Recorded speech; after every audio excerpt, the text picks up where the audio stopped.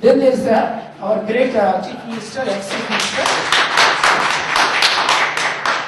Y.S. Rajasekhar Reddy and his son Jagan. These people have accumulated 78,000 crores apparently in 4.5 years. And how did he do it? Even Sonia Gandhi was against this Jagan, and she couldn't get to this guy because they did it so well that what they do is they give favors in licensing and mineral wealth of the country, and they do is these people will start some companies, new companies, and then those people whom they give favors will buy the shares at a very high price.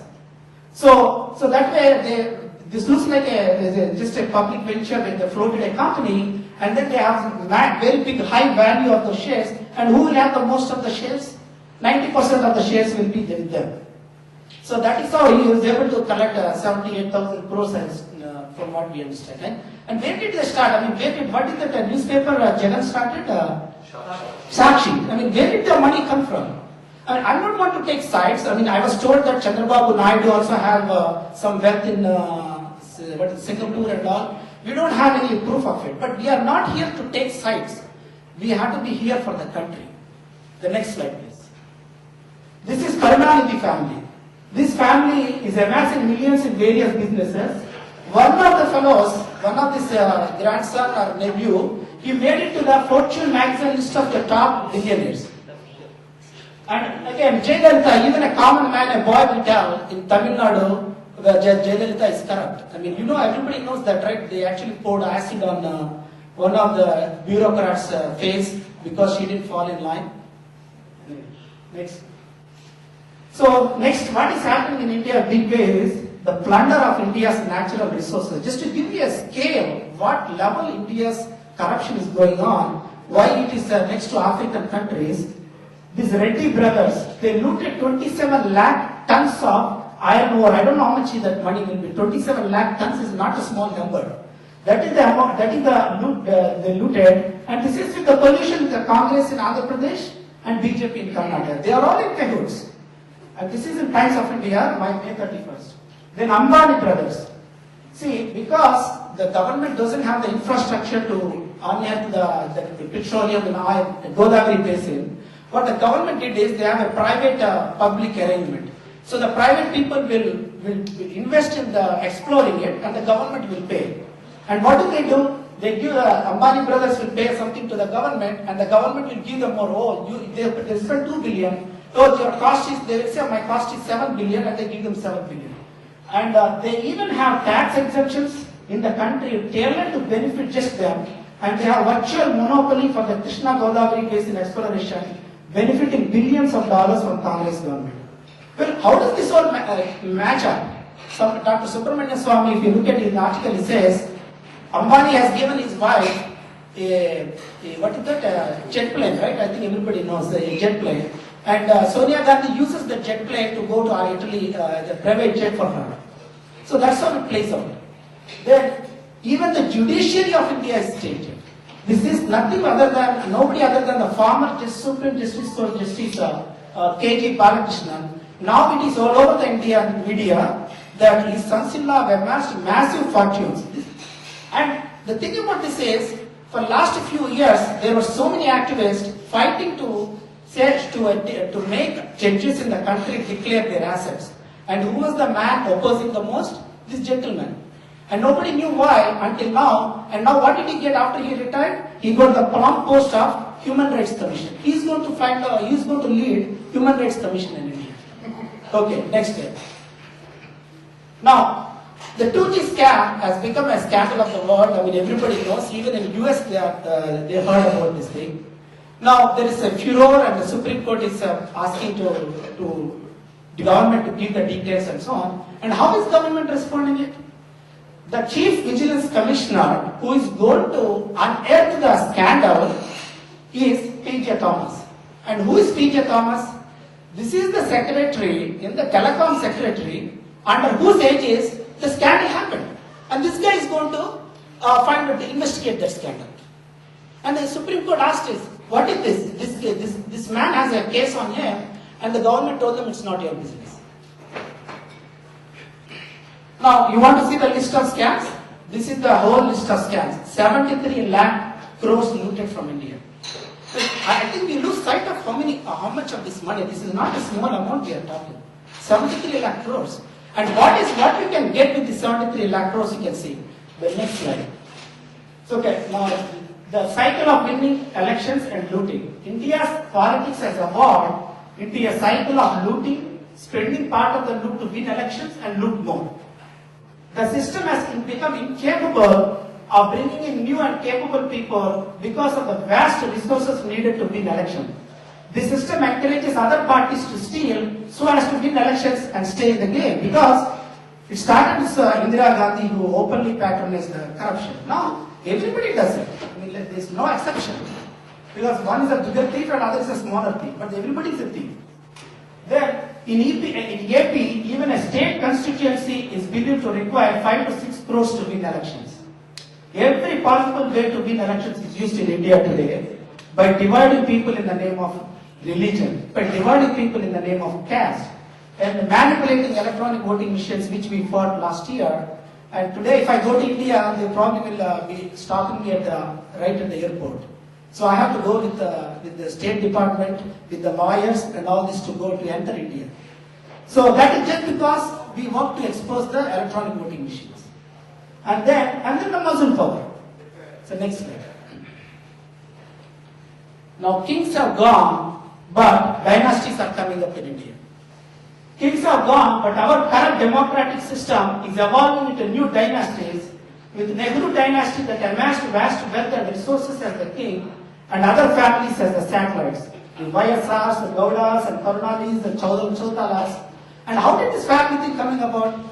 The way they started is, we have to collect money because we have to win elections. So they will say they will create a party fund. And who will be in charge of the party fund?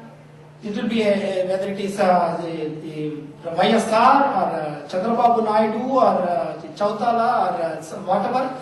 All these people will have it, and then from then onwards, it becomes a family business because they have the resources. And what are we ending up? We are ending up with the dynasties in India. Next slide. You know, there was a comment made by Rahul Gandhi very, very recently at one of Banaras University that it is important for India to be ruled by dynasties because nobody else can do it. And that's exactly why. Because they created the system, and now they say there is no other choice. Next slide. Okay, this is that. Now, India democracy, see, this is the problem. In 2008, there was a no confidence motion in the Indian Parliament. And they are believed to have paid $10 million for each seat. First. So, you can do everything you want, you have all this big show of democracy. Then what happens the next? Then, they will tell the small parties, either you join, there is one thing. If you don't join, look at here what they will do. This is called a carrot and stick method. If they will be threatened, everybody has skeletons in the closet. Starting from Mayawati, everybody has it. So they have a fights on all these people. So if you don't join, we will take care of you. We will file cases and we'll put you down. If you join, we'll throw some few million at you. So what will the guy do? He will join. So where is democracy? This is a show. Next. So what is the country losing? Just see what's the country. This is the biggest thing. What is happening is okay. See what's happening in India. Okay, there may be corruption at a low level even in the US, but it's really skimming at the top. But in India, this is a life and death situation. When they had a CBG scam, I'll come to that slide, what effect it had on the common man. The next slide. Just one 2G scam, $40 billion, look, this is a loss. It is 3% of the country's GDP. And it is 20% of the money estimated to be needed to create a national grid that would have given so much employment and wealth to the country, connecting all rivers in India. Such a grid would have ensured perennial water supply to every one of 6 lakh villages and to create 9 crore acres of land with irrigation. This one scam alone is believed to be exceed the colonial route of 200 years. Next slide.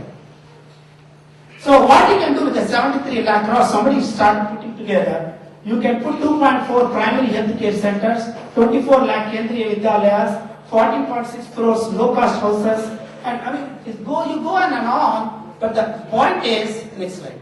But the point is, the 73 lakh crores, you can wipe out the poverty in India. India can be a rich state. If we can bring this money that they looted and put it in the safe havens, we can wipe out the corruption in India.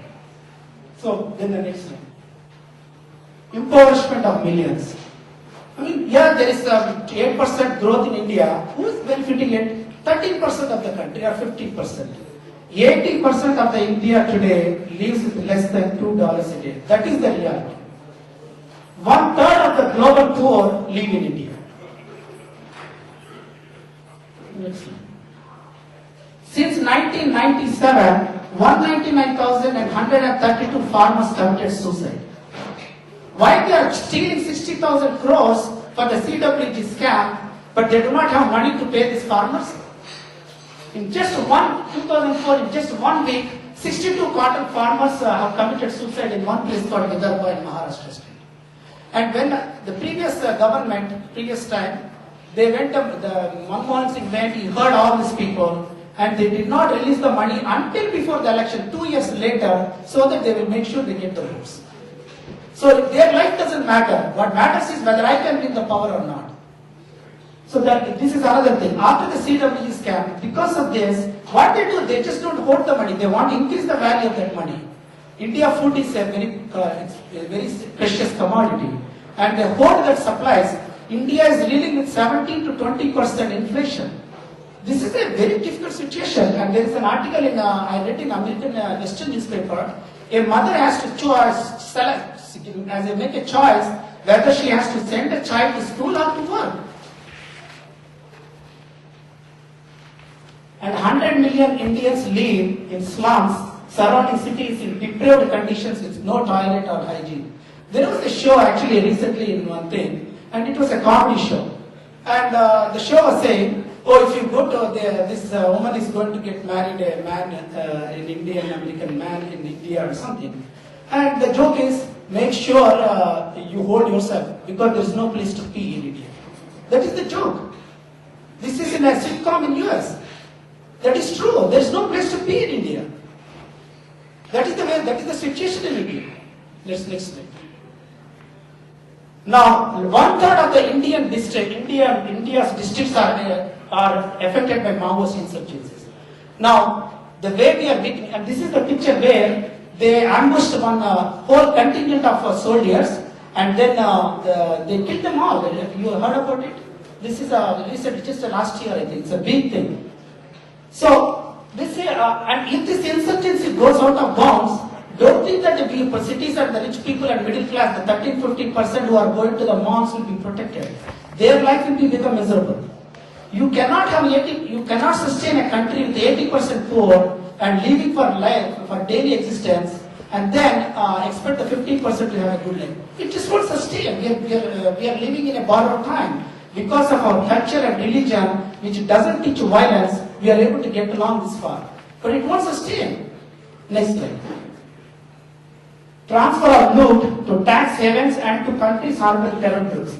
Now, when this fellow, Raja, sold this 2G license, and that company is a new company, and they started, it's a real estate company, started 2 days ago or 2 months ago. And that fellow bought this 2G license, and what did they do? They sold it at a big profit, 100,000 times more profit. And Dr. Swami brought this up, and now Manmohan Singh is agreeing that he's going to look to cancel this. And they sold it to Elysia Lat, it's a Dubai-based group, with ISI involvement. And even the James Hawala scam, even Advani and all were involved. The same people who are involved in the scam are also involved, the Hawala transaction, were also involved in funding the terrorists in Kashmir.